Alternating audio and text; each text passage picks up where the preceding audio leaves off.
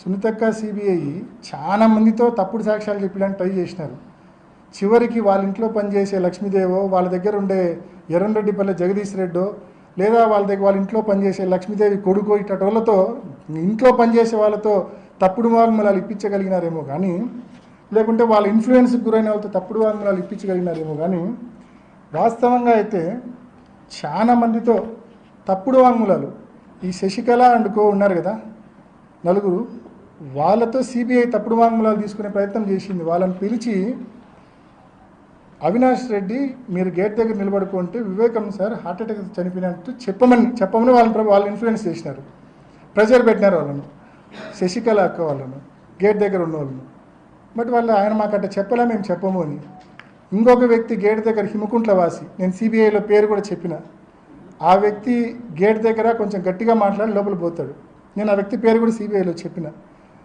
ఆ వ్యక్తి ఇంటికి సునీతక్క, రాజశేఖర్ 2 సార్లు పోయినారు. అన్న నువ్వు మా నాన్నకు బాగా, హిమకుంట్ల గ్రామవాసి, అన్న నువ్వు మా నాన్నకు మంచి శిష్యుడివి, నువ్వు మా నాన్న ఈ రకంగా చనిపోయినాడు, నువ్వు సిబిఐ దగ్గర వాంగ్మూలం ఇవ్వాలన్నా అన్నారు. లేదమ్మా, నేను ఉన్నట్టు చెప్పమంటే ఎక్కడైనా చెప్తామ్మా, మేము చెప్పినట్టు చెప్పాలా ఆయన మీద ప్రభావితం. ఏంది అంటే, అవినాష్ నీకు గుండెపోటు అని చెప్పినాడని చెప్పాలన్నా నువ్వు అని. ఎందుకు ఇంత తాపత్రయం అవినాష్ మీద ఈ కేసు గుండెపోటుని తోయడానికి? మీకు కావచ్చు, చంద్రబాబు నాయుడు గారికి కావచ్చు, ఏమంత తాపత్రయము? నేను అడుగుతున్నా ఒకటి సింపుల్గా, ఇది ఇందాక మన ఢిల్లీలో కాన్స్టిట్యూషన్ క్లబ్లో మా అక్క ప్రెస్ మీట్ పెట్టి చెప్పింది.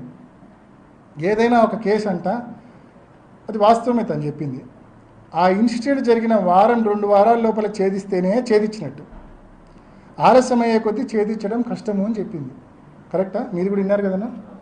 మరి అదే మా సునీతక్క, అదే నర్రెడ్డి రాజశేఖర రెడ్డి గారు చనిపోయిన రోజు మార్చి 15, 2019 సిట్కి స్టేట్మెంట్లు ఇచ్చారు. ఏమని ఇచ్చారు తెలుసా? మాకు కృష్ణారెడ్డి ఫోన్ చేసినప్పుడు మా నాన్నకు గాయాలున్నాయి, బాత్రూంలో పడి ఉన్నాడు అంటే మా నాన్నకు గతంలో కూడా హార్ట్ ప్రాబ్లం ఉన్నందున బహుశా హార్ట్ అటాక్ వచ్చి అందువలన కింద పడి తలకు ఏదైనా తగిలి గాయాలై ఉంటాయేమో అని ఊహించి కృష్ణారెడ్డిని ఆ విధంగా పోలీసులకు ఫిర్యాదు చేయమని చెప్పినాము. ఇది ఎవరండి? అవినాష్ రెడ్డి కాదు చెప్పింది, నర్రెడ్డి సునీత గారు, నర్రెడ్డి రాజశేఖర రెడ్డి గారు. వాళ్ళు సిట్కి ఇచ్చిన వాంగ్మూలం ఇది. So it was their theory అని చెప్తా ఉన్నా స్పష్టంగా. అండ్ యాడెడ్ టు దట్, దీనికి సబ్సిక్వెంట్గా కంటిన్యూయేషన్ ఇంకో ప్రూఫ్ చూపిస్తా. వీళ్ళందరూ కలిసే కదా రాజశేఖర రెడ్డి గారు, శివప్రకాష్ రెడ్డి గారు, సునీతమ్మ హైదరాబాద్ నుంచి అంతా కలిసే కదా బయలుదేరింది.